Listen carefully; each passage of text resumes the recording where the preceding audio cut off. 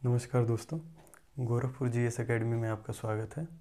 आज हम लोग ज्योग्राफी के अगले टॉपिक अर्थात पृथ्वी की आंतरिक संरचना संबंधित अध्ययन में जो एक टॉपिक पिछले वीडियो में हम लोगों ने छोड़ा था, भूकंप शास्त्र के आधार पर पृथ्वी की आंतरिक संरचना संबंधित अध्ययन, उसके विषय में विस्तार से जानने का प्रयास करेंगे कि भूकंप शास्त्र के आधार पर पृथ्वी की आंतरिक संरचना के विषय में हमें क्या जानकारी प्राप्त होती है। तो पिछले वीडियो में हम लोगों ने देखा था कि पृथ्वी की आंतरिक संरचना संबंधित अध्ययन जो है वह 4 आधारों पर है। पहला है घनत्व, दूसरा तापमान, तीसरा दाब और चौथा है भूकंप शास्त्र। तो पिछले वीडियो में हम लोगों ने घनत्व, तापमान और दाब के बारे में विस्तार से पढ़ा था कि घनत्व, तापमान और दाब को आधार बनाकर पृथ्वी की आंतरिक संरचना के विषय में हमें कुछ जानकारियाँ प्राप्त होती हैं, परंतु चौथे बिंदु को हम लोगों ने वहीं छोड़ दिया था क्योंकि यह एक अपने आप में थोड़ा सा लंबा टॉपिक है।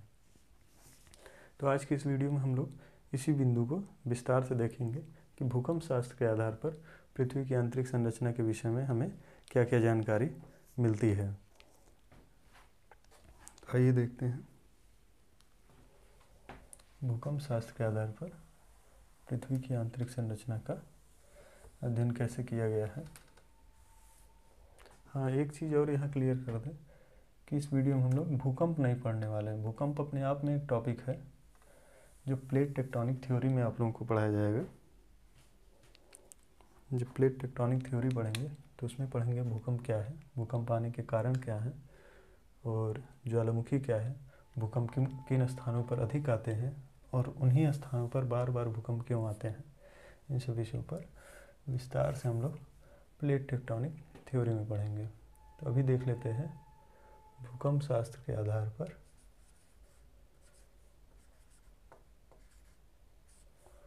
भूकंप शास्त्र के आधार पर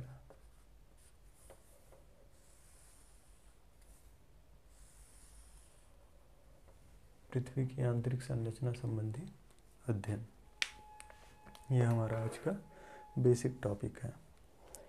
तो आइए देखते हैं कि भूकंप क्या है,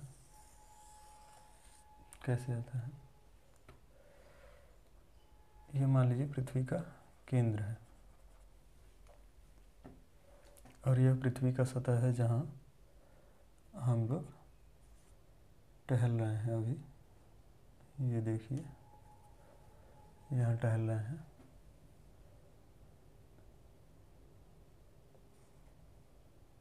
ये मान लीजिए एक घर है,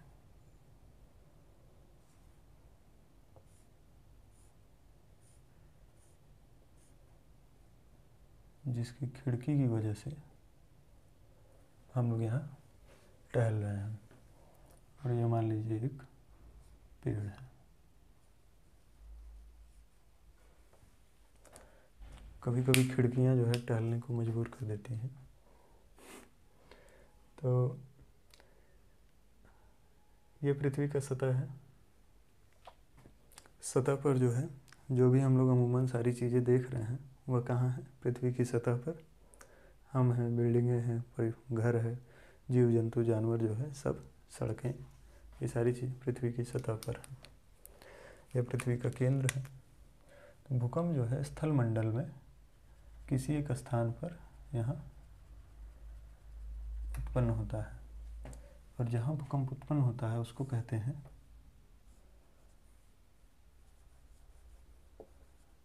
भूकंप मूल। इसको इंग्लिश में फोकस कहते हैं, अर्थक्वेक फोकस। तो भूकंप जो है यहाँ उत्पन्न होगा। जब यहाँ भूकंप उत्पन्न होगा, शुरुआत जो है भूकंप की वो यहाँ से होगी। इस स्थान से जब भूकंप की शुरुआत होगी तो तरंगे निकलेंगी। वह तरंगे हर दिशाओं में जाने का प्रयास करेंगी, परंतु इस स्थान से और भूकंप मूल की दूरी सबसे कम होने के कारण सतह पर जो तरंग की पहुंच होगी वह सबसे पहले सतह पर कहाँ आएगी? इन स्थानों पर दूरी अधिक है। जैसे जैसे हम लोग इन स्थानों की तरफ जाएंगे, इधर आएंगे, इधर आएंगे, इधर आएंगे या फिर नीचे की तरफ आएंगे, तो ये दूरी बहुत अधिक है। परंतु यह जो स्थान है जहाँ ये घर की नींव दिख रही है, यहाँ से भूकंप मूल की दूरी सबसे कम है। तो सबसे पहले जो है भूकंप के झटके कहाँ महसूस किए जाएंगे? इन स्थानों पर। इसी को कहते हैं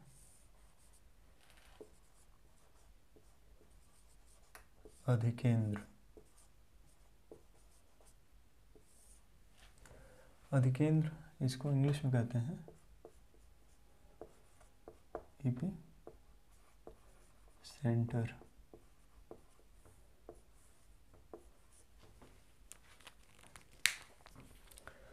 तो अभी हम लोगों ने क्या क्या समझा? भूकंप जो है स्थल मंडल में किसी एक स्थान पर उत्पन्न होगा जिसको भूकंप मूल कहते हैं, और उस स्थान से जो सबसे नज़दीकी सतह होगा जहाँ पर सबसे पहले भूकंप की तरंगें पहुँचेंगी उसे कहते हैं अधिकेंद्र, इसको एपिसेंटर कहते हैं। अब जो है देखते हैं कि तरंग क्या चीज़ है। जैसा कि हम लोगों ने बताया कि भूकंप जो है वो तरंग के रूप में अपने चारों तरफ फैलती है। तो तरंग क्या चीज़ है उसको देख लेते हैं पहले एक बार। थोड़ा सा विषयांतर कर रहे हैं, 2 मिनट में समझ लेते हैं कि तरंग क्या है। आमतौर पर तरंग 2 तरह की होती है। पहला होता है यांत्रिक तरंग,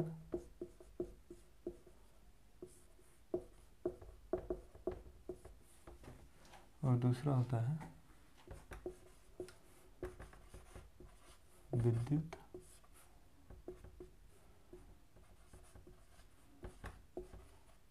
चुंबकीय तरंग।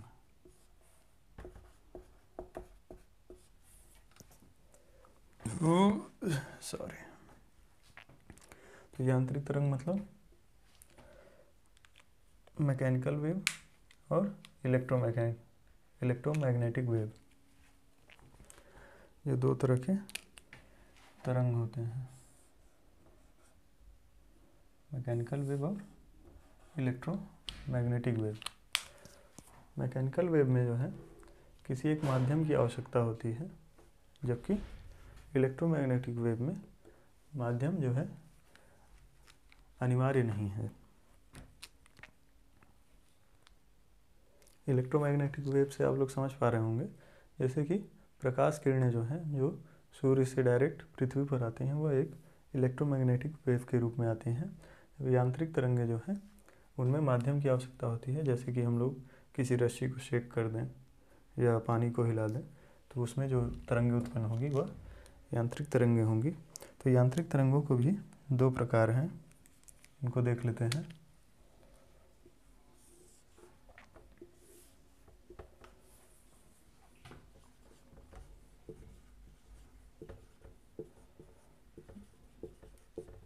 अनुदैर्ध्य तरंग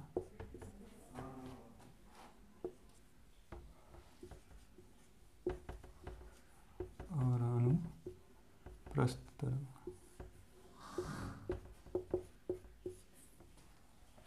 अनुदैर्ध्य तरंग क्या होती है? तो मान लीजिए यह तरंग की दिशा है,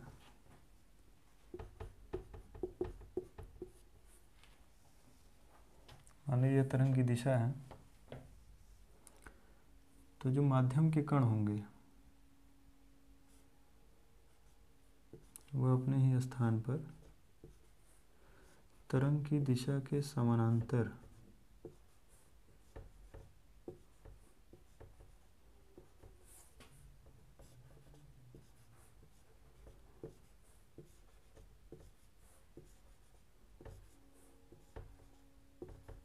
माध्यम के कण जो होंगे वह तरंग की दिशा के समानांतर हिलते रहेंगे या मूव करेंगे। जबकि अनुप्रस्थ तरंग जो होता है, ये मान लीजिए तरंग की दिशा है, तो यह इसके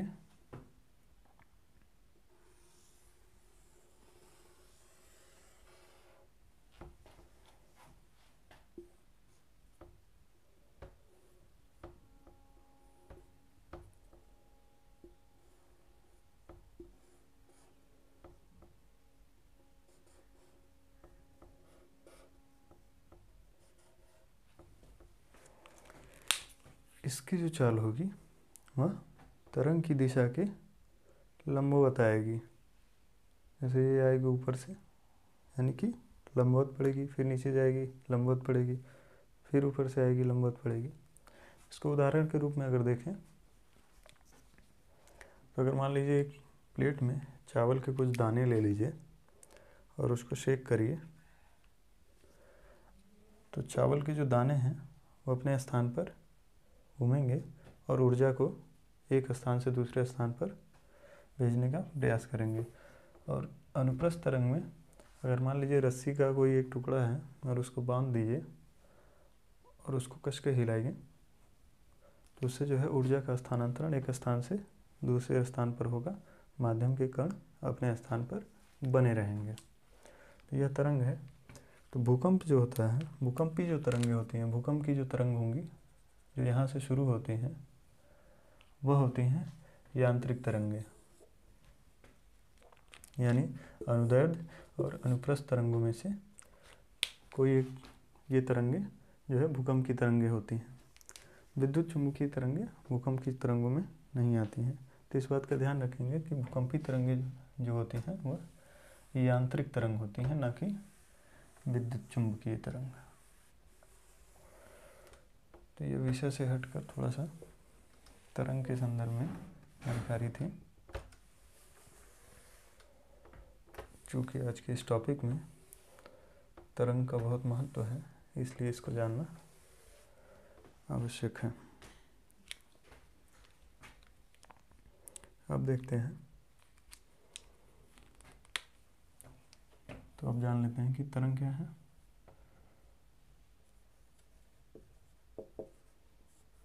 भूकंप जो है वह तरंग के रूप में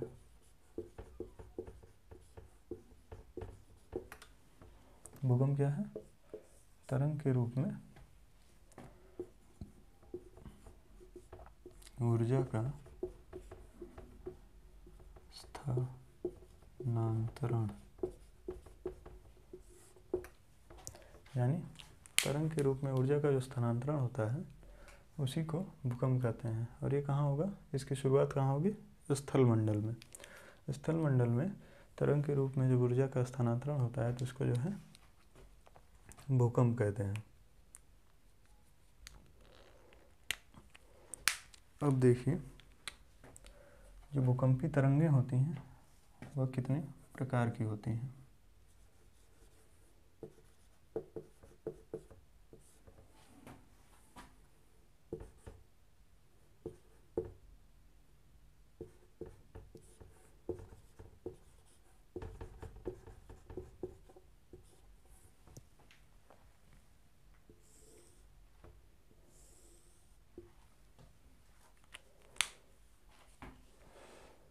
तो हम लोगों ने अधिकेंद्र जान लिया, भूकंप मूल जान लिया, भूकंप क्या है वह जान लिया, तरंग के रूप में ऊर्जा का स्थानांतरण जो होता है उसी को भूकंप कहते हैं।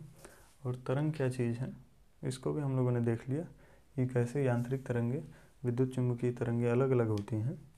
और यांत्रिक तरंगों में दो तरह से, एक अनुदैर्ध्य तरंग, दूसरा अनुप्रस्थ तरंग, और उनकी क्या प्रॉपर्टीज़ हैं इनको हम लोगों ने जान लिया। अब आते हैं भूकंपी तरंगों के प्रकार। तो इसको थोड़ा सा ऊपर लिखते हैं।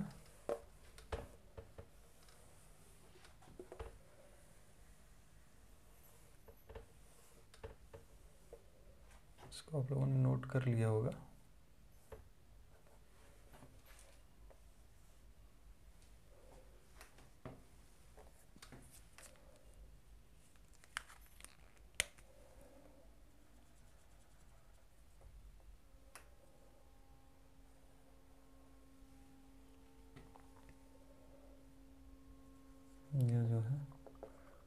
भूकंप मूल और यह अधिकेंद्र। ठीक है, तो बातें हैं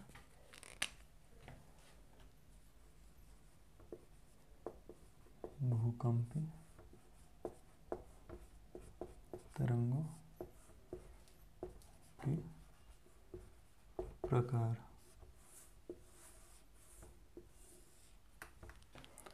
पहले समझ लेते हैं कि भूकंपी तरंगें 3 प्रकार की होती हैं।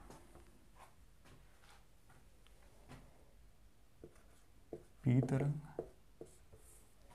एस तरंग और एल तरंग।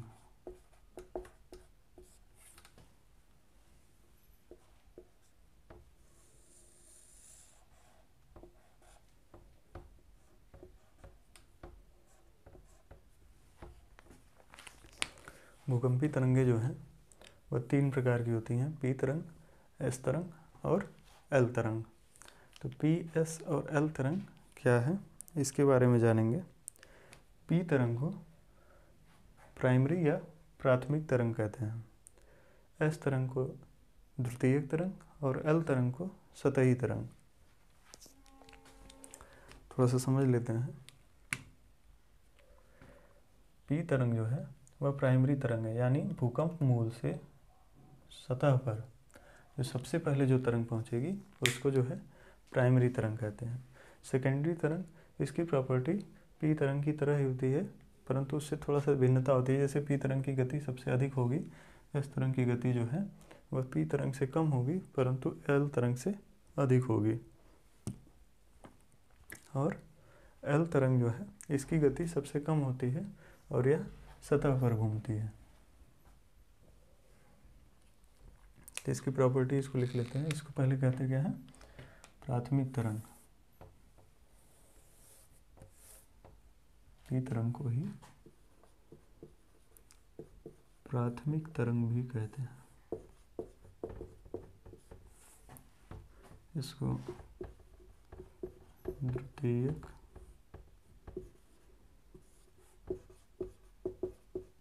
तरंग कहते हैं और इसको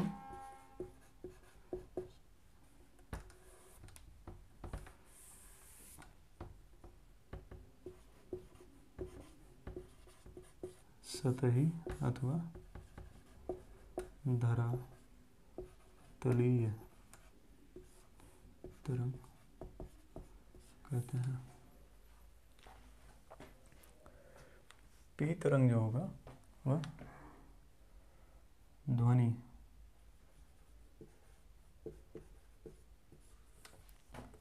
के समान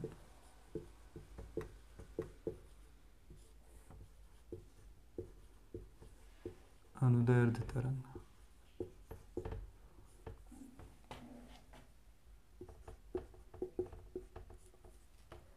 पी तरंगे क्या होती हैं, ध्वनि के समान अनुदैर्ध्य तरंगे होती हैं, अर्थात पी तरंगे अनुदैर्ध्य तरंग होती हैं। एस तरंग जो होती हैं वह प्रकाश के समान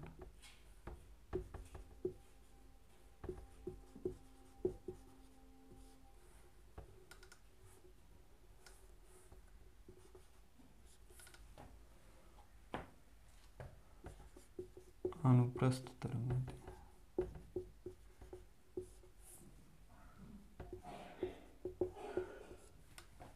और एल तरंग जो होती है वह अनुदैर्ध्य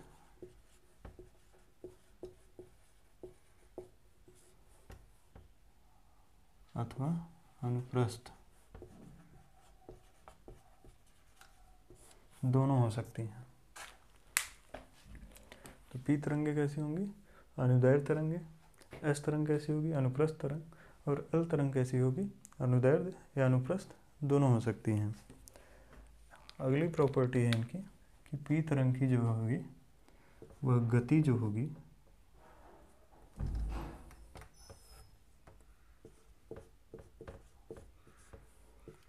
सर्वाधिक होगी।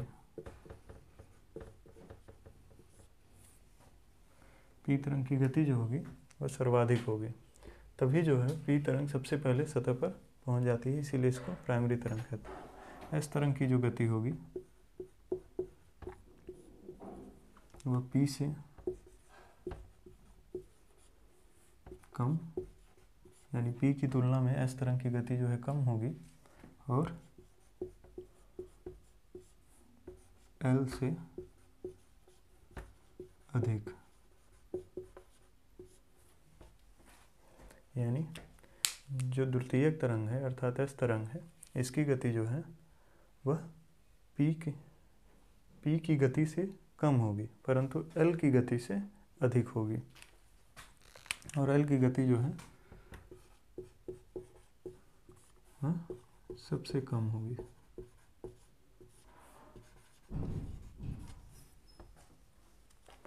तो ये देख लिया हम लोगों ने गति के आधार पर क्या है कि पी तरंग की गति जो है सर्वाधिक होगी, एस तरंग की गति पी से कम और एल से अधिक, एल की गति सबसे कम होगी।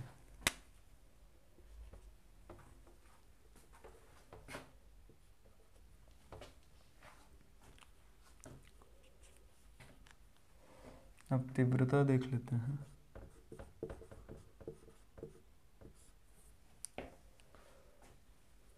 तीव्रता जो है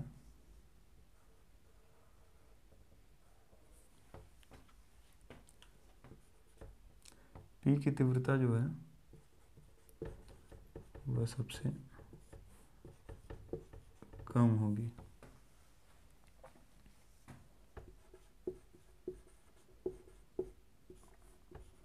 एस की तीव्रता पी से अधिक और एल से कम होगी, जबकि जो एल की तीव्रता है वह सर्वाधिक होगी।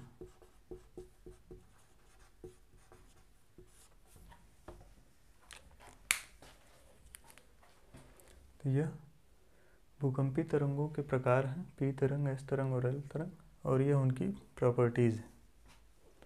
पी तरंग अनुदैर्ध्य तरंग होती है, इसकी गति सर्वाधिक होती है, तीव्रता सबसे कम होती है। सॉरी। एस तरंग जो है अनुप्रस्थ तरंग होती है, इसकी गति पी से कम परंतु एल से अधिक होती है, तीव्रता पी से अधिक होगी परंतु एल से कम होगी। एल तरंग सतही या धरातलीय तरंग कहते हैं। यह अनुदैर्ध्य और अनुप्रस्थ दोनों हो सकती है, गति सबसे कम होती है और तीव्रता सबसे अधिक होती है। जो भूकंप आने से जो सतह पर नुकसान होता है अर्थात इस बिल्डिंग को जो नुकसान होने वाला है वह किसके कारण होता है? तीव्रता के कारण। जब भी हम लोग भूकंप महसूस करते हैं, जैसा हम लोगों ने शायद 2015 में जो महसूस किया है, जिसका सेंटर जो है वो नेपाल में था, तो उससे जो नुकसान होता है अर्थात जो बिल्डिंगें शेक करती हैं, गिरती हैं, पेड़ पौधे गिरते हैं, ज़मीनें फटती हैं, उसका सब मेन कारण तीव्रता है।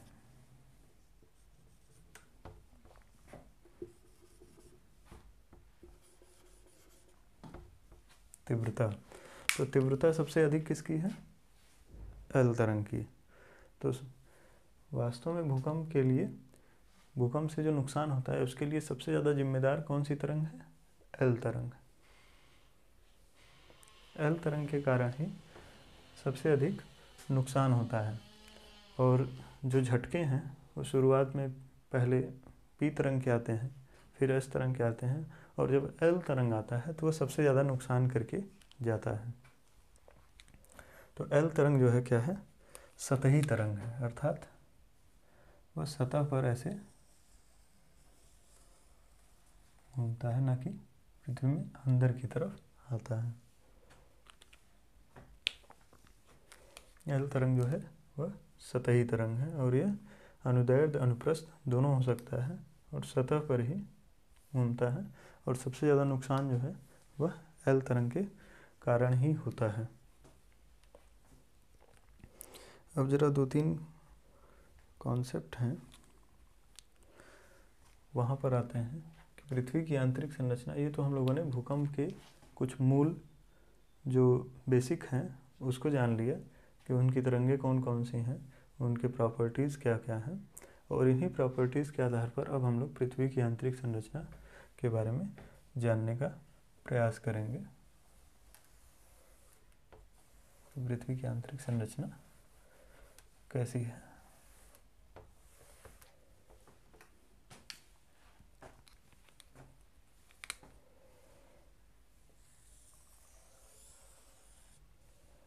मान लीजिए यह पृथ्वी है और यह पृथ्वी का केंद्र है,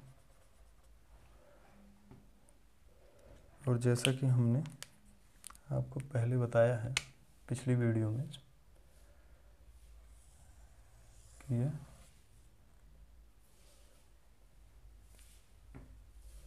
क्या है, कोर वाला एरिया है।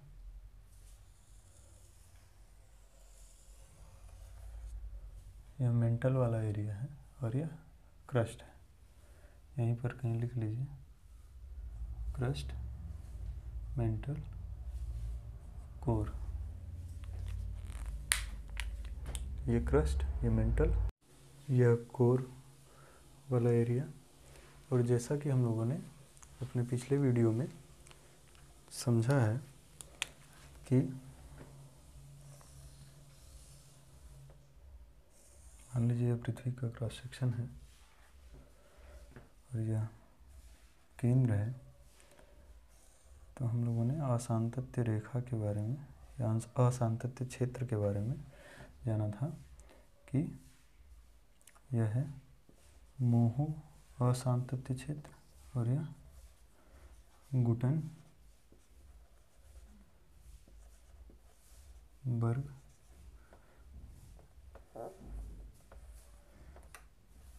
गुटेनबर्ग असांतत्य क्षेत्र। तो इन्हीं सर्कल को अगर पूरा कर दिया जाए तो यह वृत्त हमें प्राप्त होगा। अर्थात यह क्या होगा, यह गुटेनबर्ग असांतत्य क्षेत्र है और यह मोहो असांतत्य क्षेत्र है, और क्रस्ट, मेंटल, कोर यानी अंदर की तरफ जाते हुए। तो ये तो हो गया हमारा बेसिक कॉन्सेप्ट तरंग की प्रॉपर्टीज़ और उनके और पृथ्वी की आंतरिक संरचना जो हम लोगों ने अभी तक जाना है। अब जो है देखते हैं कि इन प्रॉपर्टीज़ के थ्रू अंदर की परतों के बारे में हमें क्या जानकारी मिलती है। तो सबसे पहले जो है पी तरंगों के बारे में जो हम लोगों ने समझा है कि यह सभी माध्यम में गमन करती है, अर्थात ठोस, द्रव, गैस सभी माध्यम में गमन करती है। यदि स्थल मंडल में किसी एक स्थान पर भूकंप की उत्पत्ति होती है और सर्वप्रथम पी तरंगें संचरण करती हैं तो अपनी चारों दिशाओं में, अपनी सभी दिशाओं में बड़े ही आराम से गमन करेंगी, क्योंकि ये सभी माध्यम में गमन कर सकती हैं। अर्थात ये यहाँ से यहाँ भी आ जाएंगी, यहाँ भी आ जाएंगी, यहाँ भी आ जाएंगी। ये पी तरंगें हैं। चूँकि ये सभी माध्यम में गमन करती हैं तो ये आसानी से सभी स्थानों पर पहुँच सकती हैं। परंतु इनकी पी तरंगों की एक प्रॉपर्टी ये है, यह ठोस में इनकी गति तेज हो जाती है, जबकि कोई तरल या गैसीय पदार्थ है तो वहाँ पर पी तरंगों की गति जो है कम हो जाती है। तो इस बात का ध्यान रखेंगे कि पी तरंगें सभी माध्यम में गमन तो करती हैं, परंतु ठोस में उनकी गति जो है वह तीव्र होती है द्रव और गैस की तुलना में। तो पी तरंगें जो है सभी माध्यम में गमन करती हैं, तो इसलिए वह सभी स्थानों पर पहुंच जाएंगी। लेकिन जब यह गुटेनबर्ग असांतत्य रेखा पर पहुंचती हैं पी तरंगें,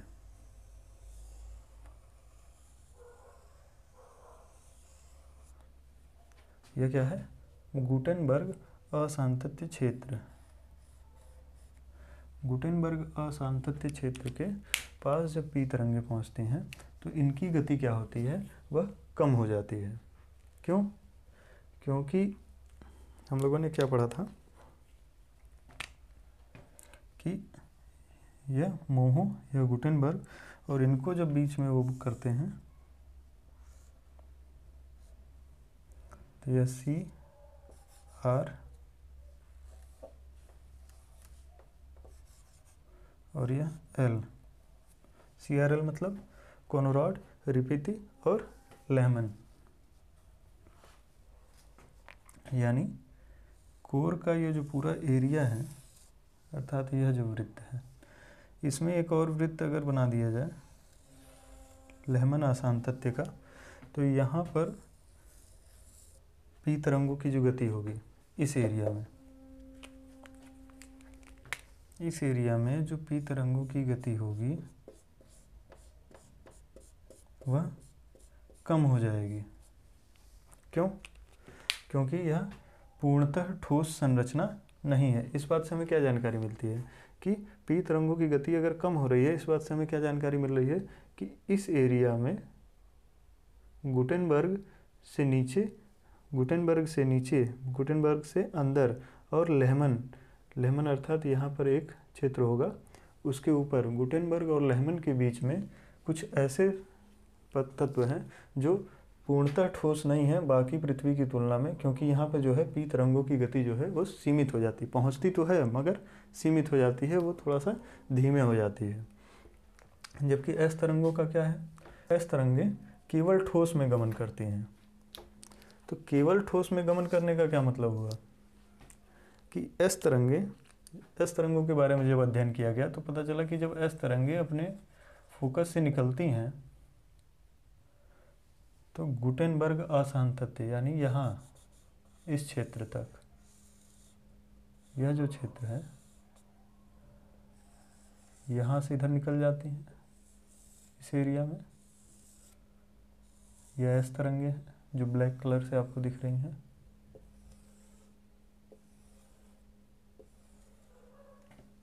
यह एस तरंगे हैं, यहाँ तक आएंगे। लेकिन गुटेनबर्ग असांतत्य रेखा के अंदर एस तरंगे प्रवेश नहीं कर पाती हैं, अर्थात इस क्रॉस सेक्शन में जो हम लोग मोहो और गुटेनबर्ग, यानी कि ये गुटेनबर्ग असांतत्य रेखा किसे डिफाइन करती है, क्रस्ट, मेंटल और कोर। तो गुटेनबर्ग जो है मेंटल और कोर को डिफाइन करती है। तो गुटेनबर्ग असांतत्य रेखा के अंदर जो है वो एस तरंगे प्रवेश नहीं कर पाते हैं। तो यह एक और प्रमाण है, पहले तो पी तरंगों की गति कम होना, दूसरा एस तरंगों का गुटेनबर्ग असांतत्य क्षेत्र में प्रवेश न कर पाना। यह क्या साबित करता है या किस बात का प्रमाण है कि इस एरिया में कुछ ऐसे जगह हैं जहाँ पर ठोस अवस्था वैसी नहीं है जैसे पृथ्वी के बाहरी एरिया में है। तो यहाँ पर गुटेनबर्ग से लेकर लेहमन असांतत्य तक, गुटेनबर्ग से लेकर लेहमन असांतत्य तक कुछ दलदल या फिर द्रव या गैसीय स्वरूप है, लेकिन ठोस नहीं है। यह एकदम कन्फर्म बात है कि इस एरिया में ठोस नहीं है, क्योंकि यहाँ पर पी तरंगों की गति कम होना पहली बात, और दूसरा एस तरंगों का न पहुँच पाना, ये दोनों बताते हैं कि इस एरिया में ठोस अवस्था उपस्थित नहीं है। लेकिन जैसे ही पी तरंगे, चूँकि पी तरंगे गति कम होने के बावजूद प्रवेश तो अंदर कर जाती हैं, तो पी तरंगे जैसे ही लेहमन असांतत्य को पार करके और केंद्र की तरफ बढ़ते हैं, इनकी गति एकदम से अचानक बढ़ जाती है। पी तरंगे जैसे यहाँ से निकली और एक गति से बढ़ती हुई गुटेनबर्ग असांतत्य तक आई, और गुटेनबर्ग से लेहमन असांतत्य तक आते आते उनकी गति कम होने लगती है, कम हो जाती है। कम गति में वो धीरे धीरे अंदर प्रवेश करती हैं, क्योंकि ये सभी माध्यमों में चल सकती हैं। लेकिन जैसे ही लेहमन से केंद्र की तरफ जाती है, इनकी गति अचानक से बढ़ जाती है। इसका क्या मतलब हुआ कि जो आंतरिक कोर है उसकी संरचना अत्यधिक ठोस है और उसका घनत्व अत्यधिक है। जो आंतरिक कोर है उसका घनत्व सबसे अधिक है, जबकि गुटेनबर्ग से लेकर और लेहमन तक जो है वह वहाँ पर ठोस संरचना ना होकर कुछ द्रवीय या तरल पदार्थ या मिक्सअप के रूप में हो सकता है। इसीलिए जो है वहाँ पर एस तरंगें प्रवेश नहीं कर पाती हैं, क्योंकि वह केवल ठोस में गमन करती हैं। तो ये हमें एस तरंग और पी तरंग के बारे में पृथ्वी की आंतरिक संरचना के विषय में जानकारी मिलती है। अब दो बिंदु और हैं, उसको समझ लेते हैं कि जब भूकंपी तरंगें पृथ्वी के अंदर चलती हैं तो भूकंपी तरंगों की अगर ओवरऑल प्रॉपर्टी देखी जाए तो दो बातें और लिख सकते हैं यहाँ पे।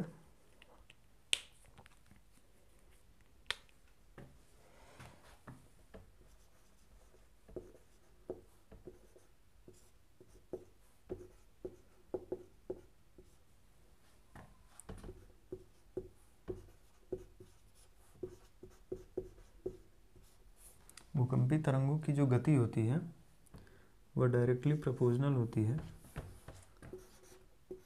पदार्थ के घनत्व से।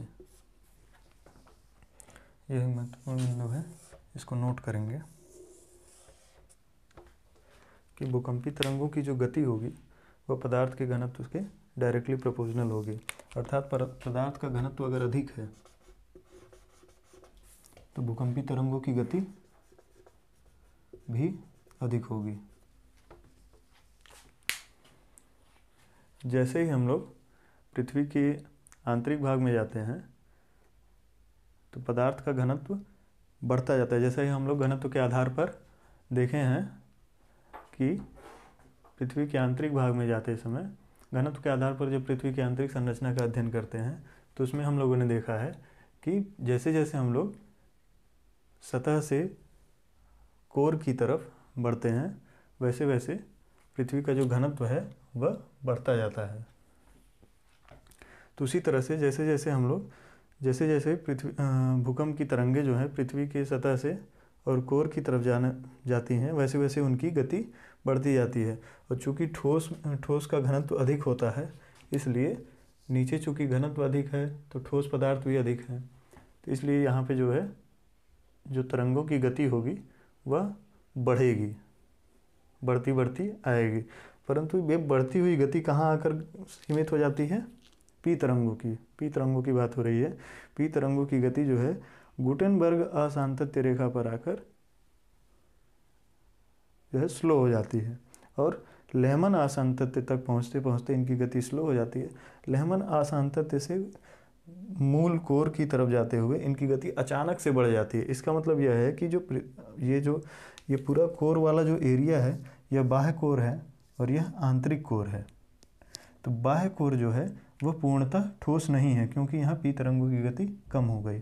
आंतरिक कोर जो है वह पूर्णतः ठोस है और वहाँ भारी तत्व हैं, इसलिए जो है पी की गति बढ़ जाती है।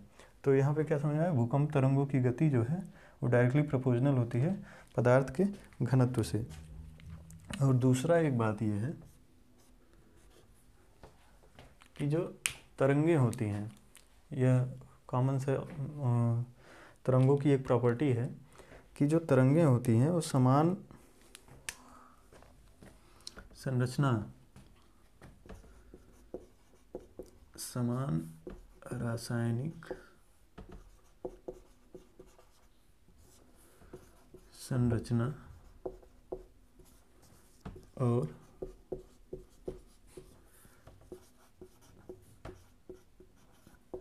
संगठन, समान रासायनिक संरचना और संगठन वाले पदार्थ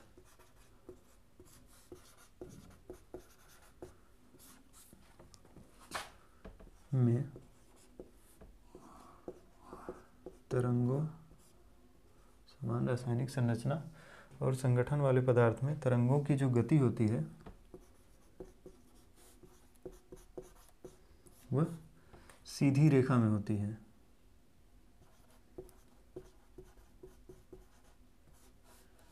रेखी या सीधी रेखा लिख लीजिए।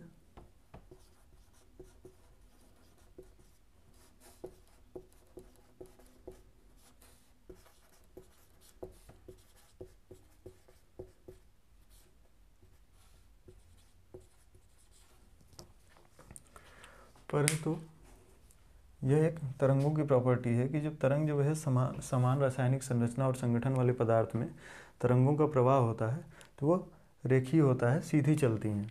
परंतु जब भूकंपीय तरंगें पृथ्वी के अंदर प्रवेश करती हैं तो उनका जो मार्ग होगा वो रेखीय ना होकर, यहाँ पे गति नहीं, मार्ग, समान रासायनिक संरचना और संगठन वाले पदार्थ में तरंगों का मार्ग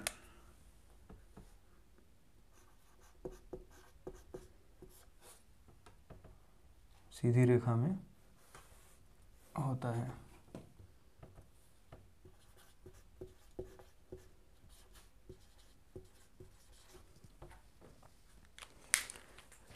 समान रासायनिक संरचना और संगठन वाले पदार्थ में तरंगों का मार्ग जो है वो सीधी रेखा में होता है।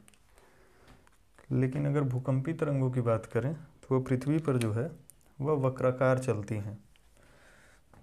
जैसे मान लीजिए यह पृथ्वी है, तो जब भूकंपीय तरंगें होंगी वह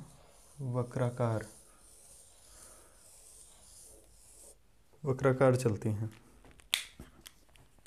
तो चूंकि भूकंपीय तरंगें पृथ्वी के ऊपर वक्राकार दिशा में या वक्राकार मार्ग में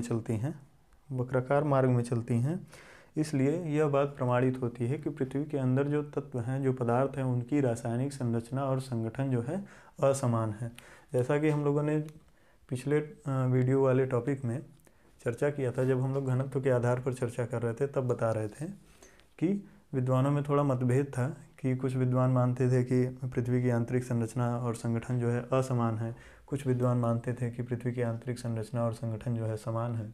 और जो असमान मानने वाले विद्वान थे उन लोगों ने तर्क दिया कि चूँकि उल्कापिंडों में पाए जाने वाले पदार्थ हैं उनकी रासायनिक संरचना और संगठन असमान है, इसलिए पृथ्वी की रासायनिक संरचना और संगठन भी असमान होंगे, क्योंकि पृथ्वी की उत्पत्ति भी वैसे ही हुई है जैसे उल्कापिंडों की उत्पत्ति हुई है।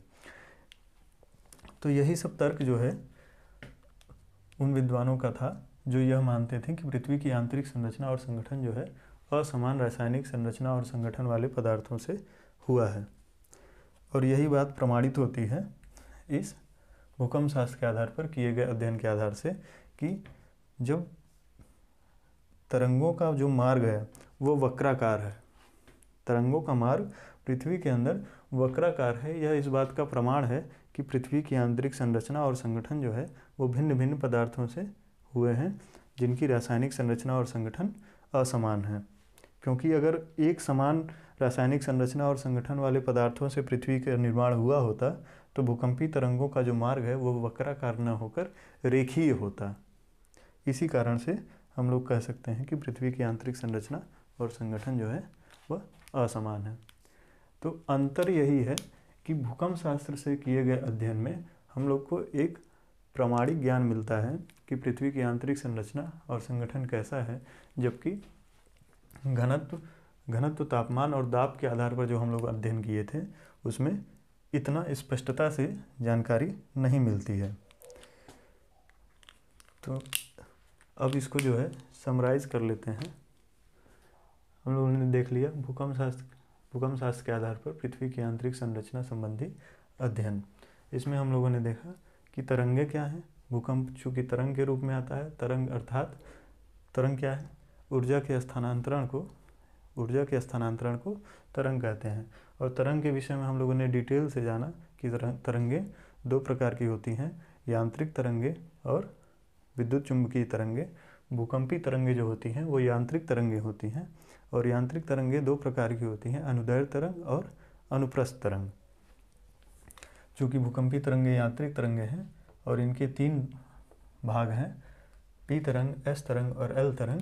पी तरंग जो है वो अनुदैर्घ्य तरंग होती है, एस तरंग अनुप्रस्थ तरंग होती है, और एल तरंग दोनों हो सकती है, अनुदैर्घ्य और अनुप्रस्थ।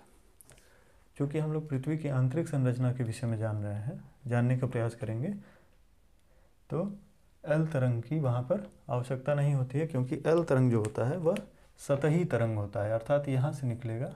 इसको रेड कलर से डिनोट करते हैं एल तरंग को। ताकि स्पष्ट नज़र आ जाए, वह सतही तरंग होगा, सतह पर ही अपना प्रभाव दिखाएगा। इसलिए एल तरंग के माध्यम से हमें कोई विशेष जानकारी नहीं मिलती है पृथ्वी की आंतरिक संरचना के विषय में। जानकारी कौन कौन देता है? पी तरंग और एस तरंग। यदि मान लीजिए कोई बहुविकल्पी प्रश्न हो और उसमें ये चीज़ें आ जाएं कि पृथ्वी की आंतरिक संरचना के विषय में इन भूकंपी तरंगों में से कौन सी तरंग जो है हमें अधिक जानकारी देती है, तो वहाँ पर ऑप्शन के रूप में पी, एस, एल और पी एस दोनों या एस एल दोनों, ये सब विकल्प हो सकते हैं। तो यदि अलग अलग विकल्प हो, केवल पी दिया हो, केवल एस दिया हो, केवल यल दिया हो, या लिख दे कि इनमें से कोई नहीं, चौथा विकल्प लिख दे इनमें से कोई नहीं, तो आप लोग जो है एस तरंग को चूज़ करेंगे, क्योंकि एस तरंग ही वह तरंग है जो हमें बताती है कि गुटेनबर्ग असांतत्य से लेकर लेहमन असांतत्य तक जो है वह ठोस अवस्था नहीं है, क्योंकि वहाँ पर एस तरंगें विलुप्त हो जाती हैं। एस तरंग इस एरिया में पहुँच ही नहीं पाती है। तो इस एरिया में न पहुँचने के कारण एस तरंग जो है वह गुटेनबर्ग असांतत्य को पार नहीं कर पाती है, वह यहीं से दूसरी तरफ निकल जाएगी। तो यह एरिया यहाँ से लेकर, यानी कि ये अगर निकली यहाँ तक पहुँचती है और यह गुटेनबर्ग असांतत्य क्षेत्र है, तो इसके साइड से निकल जाएगी, इसके साइड से निकल जाएगी, लेकिन इसको क्रॉस नहीं कर पाएगी। तो यह पूरा एरिया एस तरंग छाया क्षेत्र कहलाएगा। छाया क्षेत्र क्या होता है उसके लिए अलग टॉपिक है, उसको विस्तार से पढ़ेंगे, लेकिन इतना जान लें कि यह एस तरंग छाया क्षेत्र कहलाएगा, क्योंकि वह गुटेनबर्ग असांतत्य को पार नहीं कर पाती है। तो पृथ्वी की आंतरिक संरचना के बारे में सबसे ज़्यादा जानकारी जो देता है वो एस तरंग देता है। तो अगर हमारे पास 4 विकल्प हैं, पी तरंग, एस तरंग, एल तरंग और इनमें से कोई नहीं, तो हम लोग क्या चूज करेंगे? एस तरंग। लेकिन अगर मान लीजिए विकल्प में ये रख दे कि पृथ्वी की आंतरिक संरचना के विषय में भूकंप की कौन सी तरंगे हमें अधिक जानकारी देती हैं, और विकल्प रख दे, पहला विकल्प हो पी, दूसरा हो एस, तीसरा हो एल और चौथा हो आपके पास पी और एस दोनों, तब हम लोग कौन सा ऑप्शन चूज करेंगे? पी प्लस एस दोनों, यानी चौथा विकल्प। क्यों? क्योंकि पी तरंग भी हमें कुछ जानकारी देता है, बहुत ज़्यादा जानकारी नहीं देता है, क्योंकि पी तरंग सभी माध्यम में निकल जाते हैं, तो वह गुटेनबर्ग असांतत्य को भी पार कर जाता है, लेकिन इसकी गति कम और ज़्यादा होने के कारण भी इससे हमें कुछ जानकारियाँ मिलती हैं, और एस तरंग द्वारा दी गई जानकारी को पी तरंग प्रमाणित कर देता है, क्योंकि गुटेनबर्ग असांतत्य में प्रवेश करने के बावजूद इसकी गति कम हो जाती है, इसलिए यह इस बात को प्रमाणित करता है कि यहाँ पर जो है ठोस अवस्थाएं नहीं हैं। तो आज के इस वीडियो में इतना ही। हमारा मानना है कि चीज़ें समझ में आ गई होंगी। बाकी अगर कोई प्रश्न हो तो आप लोग कमेंट बॉक्स में पूछ सकते हैं। आज के लिए इतना ही, धन्यवाद।